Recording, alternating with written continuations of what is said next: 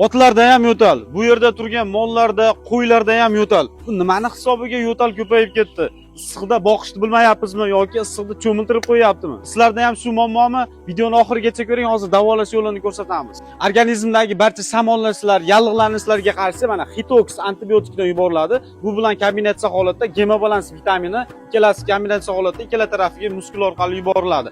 Organizmda uchragan barcha shamollash, yo'tal, yallig'lanishlarni 3 kun ichida to'xtatib beradi.